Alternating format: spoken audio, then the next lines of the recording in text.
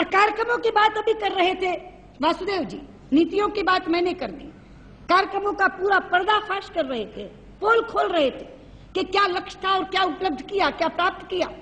तो इसलिए मैं कहना चाहती हूँ, ये नीतियों की विजय नहीं, ये परिस्थितियों की विजय है। परिस्थितियां आपके अनुकूल हो गई और आप चुनाव जीत गए। और ये भी सच है कि जनादेश आप ही को मिला है, जीत आप ही की हुई है, सरकार चलाने का जनादेश मिला है। शौक से चलाइए सरकार, अच्छी तरह चलाइए सरकार। लेकिन संसदीय कार्य मंत्री यहां बैठे हैं, मेरे बहुत स्नेही मित्र हैं। एक गीत की, बहुचर्चित गीत की एक छोटी सी पंक्ति आपके जहन में डालना चाहती हूं।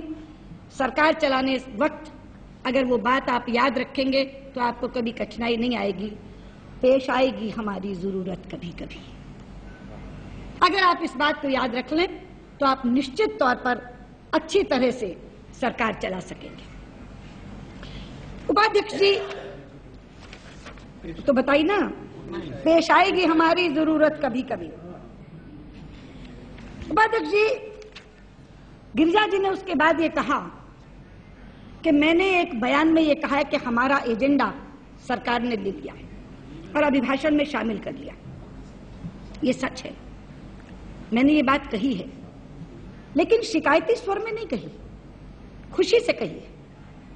उस दिन अडवाणी जी ने कहा था कि विकास और कल्याण के कामों में श्रेय की होड़ नहीं होनी चाहिए, क्रेडिट की होड़ नहीं होनी चाहिए।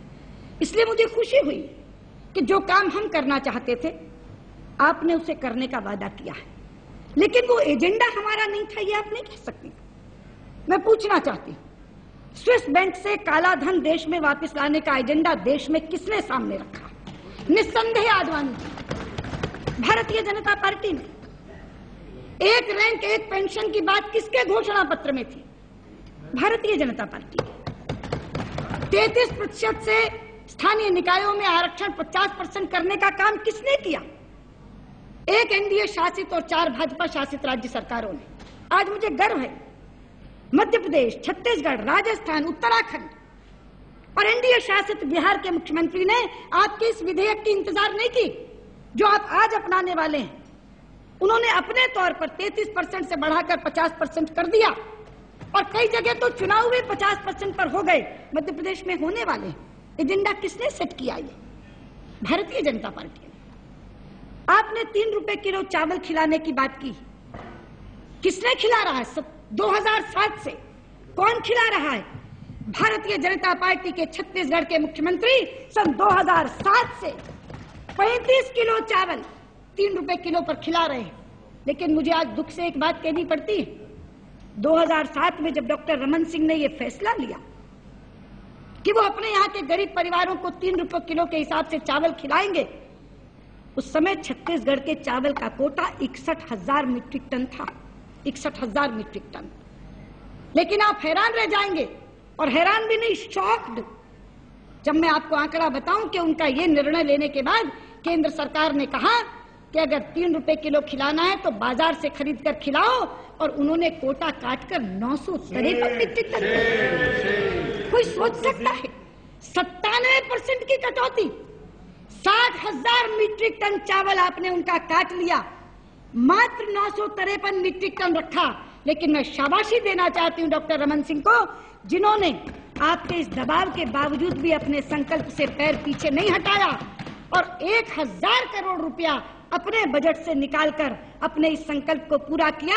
और आज मुझे बताते हुए खुशी है, छत्तीसगढ़ के 37 लाख परिवार, छत्तीसगढ़ के 37 लाख परिवार को वो 3 रुपए किलो के हिसाब से 35 किलो चावल प्रतिमाह खिला रहे हैं। और अब जब आप 3 रुपए किलो करने जा रहे हैं तो उन्होंने तय किया है कि अंत्योदय के 7 लाख परिवारों को वो 1 रुपया किलो खिलाएंगे और बाकी के 29 लाख परिवारों को 2 रुपया किलो खिलाएंगे। आप कह रही थी ना उस दिन कि कांग्रेस किसी को भूखा कैसे देख सकती है, और भी संवेदनशील मुख्यमंत्री के थोड़ी देर बाद आप कहेंगे कि आजादी भी हमने दिलाई और आजादी भी कुर्बानी भी हम लोगों ने की, कांग्रेस तो केवल श्रेय ले रही। आप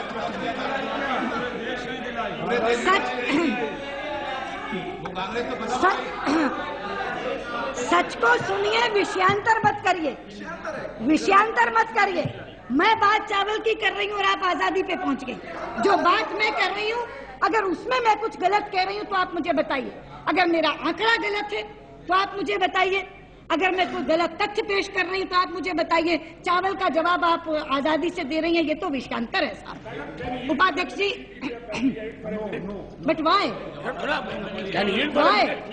You are talking about Yes. right. You are talking about right.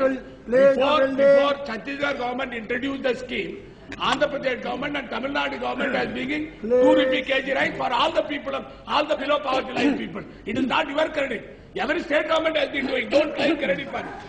मैं तो उनके उस बात का जवाब दे रही हूँ कि वो कहते कि केवल कांग्रेस लोगों को भूखा नहीं रख सकती, इसलिए जो छत्तीसगढ़ ने किया वो बता रही हूँ। लेकिन छत्तीसगढ़ के साथ आपने क्या किया ये भी बता रही हूँ। उपाध्यक्ष जी, मैं यहाँ ये कहना चाहती हूँ कि ये योजनाएं जब चलें तो शासक दल का नाम पट्ट देख करके उनके साथ